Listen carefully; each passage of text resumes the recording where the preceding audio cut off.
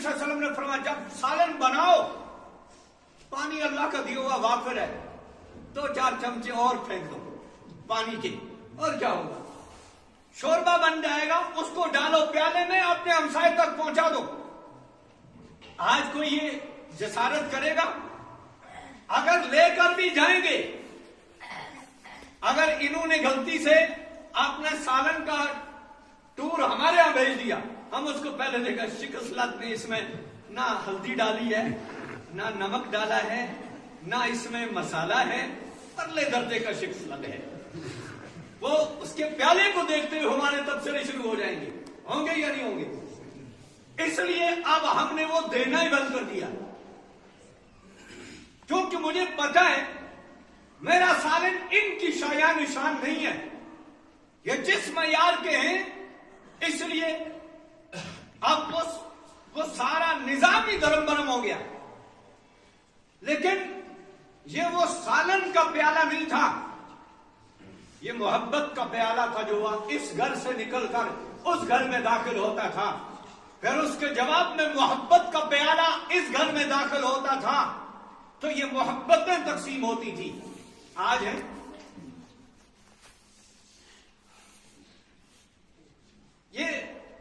یہ تعلیمات تھی اسلام کی آپ آزما لیں. حالانکہ میں یہ کہتا ہوں میرا عقیدہ ہے جو حدیث کو آزمائے جو قرآن کو آزمائے وہ پرلے درجے کا کٹر کافر ہے وہ مسلمان ہے ہی نہیں. وہ مسلمان ہوگا جو کہ میں قرآن کا یہ حکم ذرا آزما کے دیکھتا ہوں میں حدیث کا یہ حکم آزما کے دیکھتا ہوں اس کو تو کلمہ پڑھنا چاہیے. ایسی سوچ بھی کبھی یعنی سوچ بھی نہیں آنی چاہیے میں نبی کی بات کو پرکھوں گا میں نبی کی بات کی قول کا میں تجربہ کروں گا. علماء نے لکھا ہے وہ حدیث ہے کہ نبی پاک صلی اللہ علیہ وسلم نے ارشاد فرمایا امام سے سبقت مت کرو یعنی جو امام تمہیں نماز پڑھا رہے اس سے سبقت مت کرو یعنی وہ ابھی رکوع میں گیا ہی نہیں تم پہلے رکوع میں پہنچ گئے. آپ جب تم رکوع میں پہنچے امام کرتا ہے سمع اللہ لمن حمدہ آپ نے کہا کون واپس اوپر جائے یار نیچے پہنچ چکا ہوں یہاں سے تو نزدیک ہے وہیں سے اتنے نمازی ایسے بھی ہیں وہ کہتے ہیں اتنے نزدیک آ کون جائے گا واپس ٹوکا میں کون چڑھا موڑ گیا پھر واپس اتنا ہو جائے.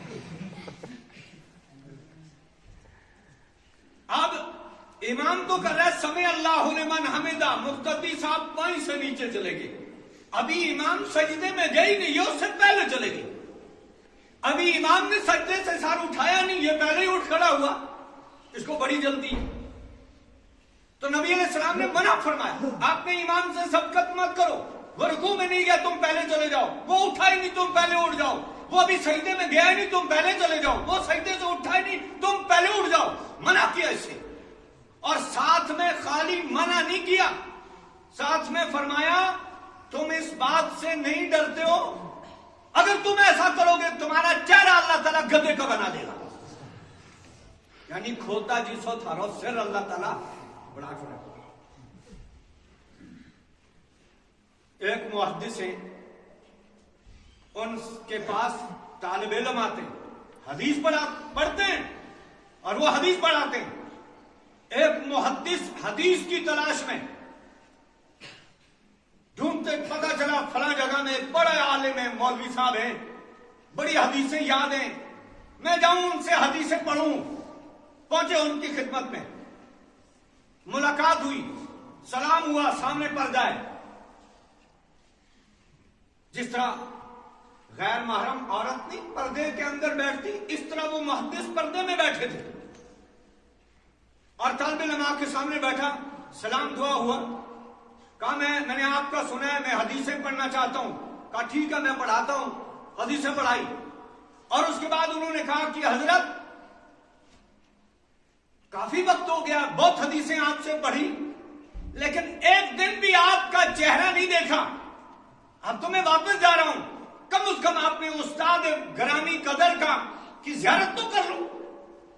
تو انہوں نے کہا یہ سوال مت کیجیے، یہ سوال آپ کا پورا نہیں ہو سکتا ہے۔ کہا کیا وجہ ہے پورا نہیں ہو سکتا ہے؟ اگر عورت ہوتی تو میں کہتا غیر محرم ہے، چلو غیر محرم سے ملاقات کرنا شرعن بھی جائز نہیں، لیکن آپ تو مرد ہیں میں بھی مرد ہوں، تو اب ملاقات کیوں نہیں ہو سکتی؟ تو انہوں نے کہا سوائے پچھتاوے کے، سوائے آنسو بہانے کے آپ کو اور کچھ نہیں ملے گا، لہذا یہ مطالبہ مت کیجیے۔ وہ اصرار کیا انہوں نے، تو انہوں نے جو ہی پردہ ہٹایا تو اس محدث کا چہرہ گدھے کا تھا، یعنی باقی تو انسان تھا لیکن جو منہ تھا وہ گدھے کا تھا۔ تو یہ حیران ہو گیا، اس نے کہا حضرت اتنی حدیثیں پڑھی آپ سے، اللہ نے آپ کو اتنا علم سے مالا مال کیا ہے، لیکن یہ کیا وجہ ہے؟ انہوں نے کہا نبی کی اس حدیث کو آزمانے کے لیے امام سے پہلے ابھی امام سجدے سے اٹھا نہیں تھا، میں اٹھ گیا، میں نے کہا میں دیکھتا ہوں ذرا کیا ہوتا ہے۔ کہا اٹھنے کے ساتھ ہی اللہ نے گدھے کا سر بنا دیا۔ اس لیے میں کہتا ہوں نبی کے فرمان کو کبھی بھی آزمائے نہ، قرآن کے حکم کو کبھی آزمائے نہ۔ ہاں یہ کریں، آپ پختہ عقیدے کے ساتھ قرآن کے حکم پر عمل کر لیں، نبی کے حکم پر عمل کر لیں، انشاءاللہ اس کے ثمرات ظاہر ہو کر رہیں گے۔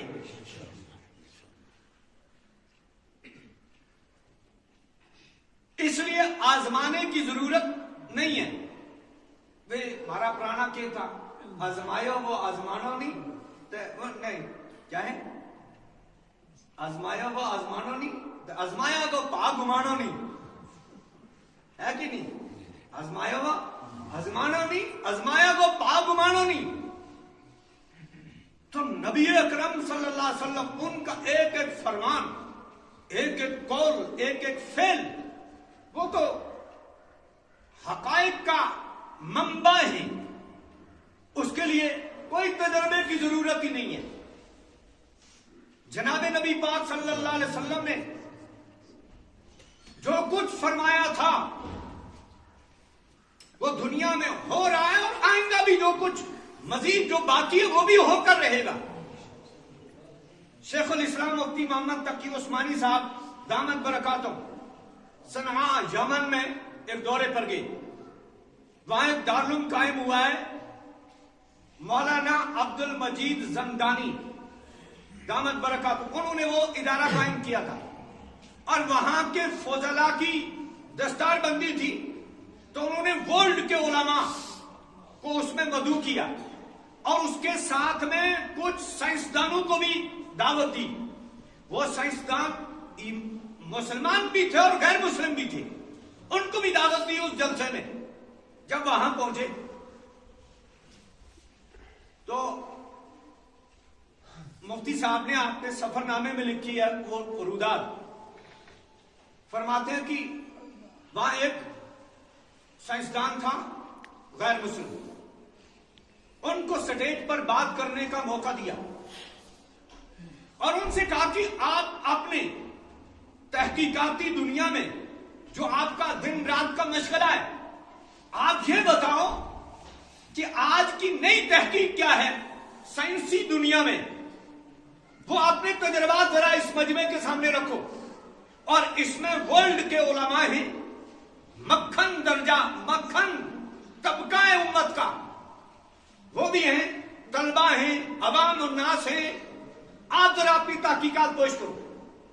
تو وہ سائنسدان کھڑا ہوا اور انہوں نے اپنی جو تحقیق پیش کی اس میں انہوں نے یہ رپورٹ دی، انہوں نے کہا آج یہ فضائیں بتا رہی ہیں کہ قرآن نے کہا تھا مکہ مکرمہ کے متعلق غیر ذی زرع عند بیتک المحرم، ابراہیم علیہ السلام نے عرض کی تھی کہ اللہ میں تو بیت اللہ کے پاس اپنی اولاد کو بسا رہا ہوں، اور یہ وہ بیت اللہ ہے جہاں کی زمین کھیتی باڑی کے قابل نہیں ہے، غیر ذی زرع عند بیتک المحرم، کھیتی باڑی کے قابل نہیں ہے۔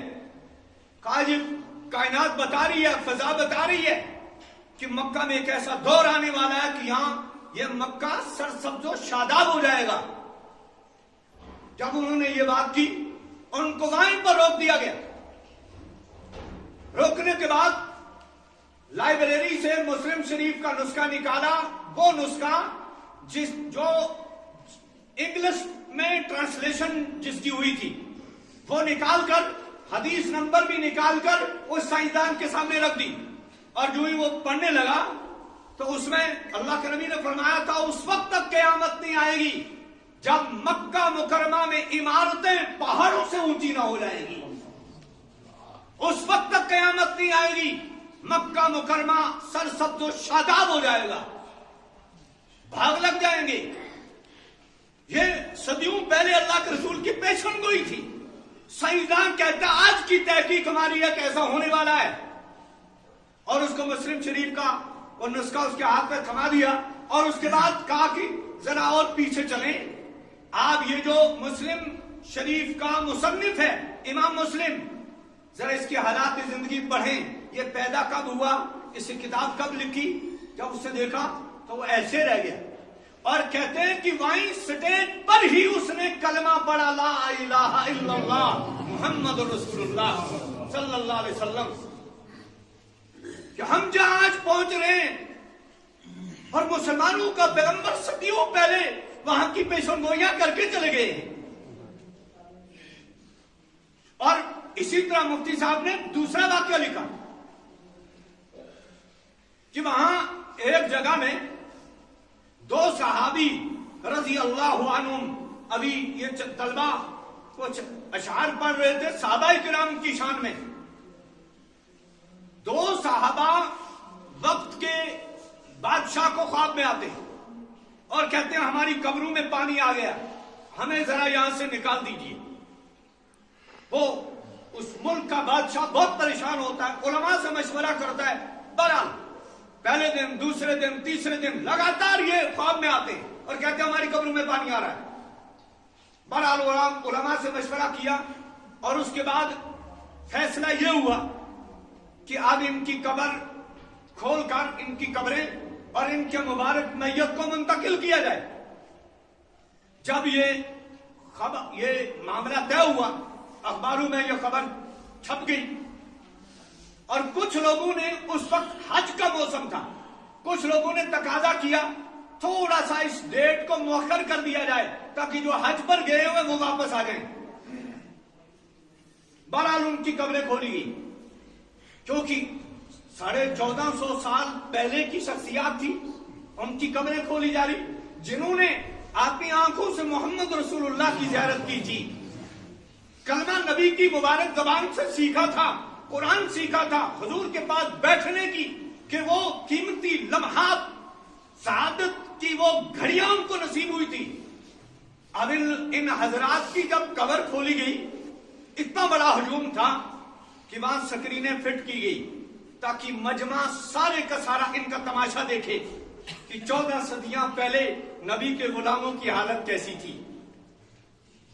جب قبر کھولی گئی اس وقت بھی دنیا کے نامور سائنسدان موجود تھے قبر کشائی کے وقت. اور اس وقت جو ہی قبر کھولی تو ایک صحابی رسول کے چہرے سے جو ہی کفن ہٹایا تو ان کی آنکھیں ایسی کھلی تھی اور ایسے دیکھ رہے تھے. تو کیونکہ وہ غیر مسلموں کے اندر ہے تحقیق کا جذبہ, وہ سائنسدان ان کے پاس اپنے آلات تھے, انہوں نے فوراً ایسے لگا کے تو ان کو دیکھا تو انہوں نے کہا کہ ان کی وفات کب ہوئی ہے, تو ان کو بتایا گیا اتنے صدیاں پہلے ہوئی ہے. کہنے لگے جب انسان کی روح نکلتی ہے, روح نکلنے کے ساتھ ہی کیونکہ آنکھیں کھلی رہ جاتی ہیں, پھر حکم ہے کہ آنکھوں کو بند کرو کیونکہ روح جب نکلتی ہے تو یہ نگاہ اور روح کو جاتے ہوئے دیکھتی ہے تو آنکھیں کھلی کی کھلی رہ جاتی ہیں. پھر کہتے ہیں علماء لکھتے ہیں کہ آنکھوں میں دیکھنے کی صلاحیت روح نکلنے کے چند سیکنڈ کے بعد ختم ہو جاتی ہے. چند سیکنڈ کے بعد, یعنی روح نکلنے کے بعد بھی چند سیکنڈ دیکھنے کی صلاحیت موجود ہوتی ہے. اس سائنسدان نے رپورٹ دی یہ وہ لوگ ہیں کہ جن کے اندر دیکھنے کی صلاحیت ابھی تک موجود ہے، ابھی تک موجود ہے. جب ان کو بتایا 1450 سال پہلے ان کی وفات ہوئی ہے تو انہوں نے کہا اچھا حقیقت آپ لوگ سچ کہہ رہے ہو؟ کہا سچ کہہ رہے ہیں. یہ ہیں کون ہیں؟ یہ محمد رسول اللہ کے غلام ہیں. انہوں نے نبی کی زیارت کی ہے، نبی پر اترتے ہوئے قرآن کو دیکھا ہے، نبی کی زبان سے کلمہ پڑھا، نبی کی زبان سے نماز سیکھی، نبی کے پاس بیٹھے، نبی کی زیارت کی، نبی کی قیمتی صحبت کے وہ قیمتی لمحات نصیب ہوئے. تو انہوں نے کہا ان کی ابھی نگاہ کی وہ دیکھنے کی صلاحیت ابھی موجود ہے. قبر سے نکلنے سے پہلے اس نے کہا مجھے کلمہ پڑھا دیجیے. یہ ہیں وہ مسلمان جن کو دیکھ کر غیر ایمان والے کلمہ پڑھتے تھے. آج مجھے دیکھ کر لوگ نماز چھوڑ رہے ہیں. اس مولوی کی وجہ سے نماز نہیں پڑھوں گا، اس خطیب کی وجہ سے نماز نہیں پڑھوں گا. مجھے اپنے آپ کو سنوارنا ہے، ایسا بنانا ہے کہ واقعی قیامت کے دن جب اٹھیں تو واقعی اللہ کہ تو میرا بندہ ہے، تو میرا بندہ ہے. اپنے کو اس طرح بنانا ہے. اللہ کے نبی صلی اللہ علیہ وسلم جب دعوت دین لے کر آئے اس سے پہلے نبی کی بڑی آؤ بھگت تھی. مکہ مکرمہ میں سب لوگ اپنی امانتیں رکھتے تھے، امین کہتے تھے، امانت دار.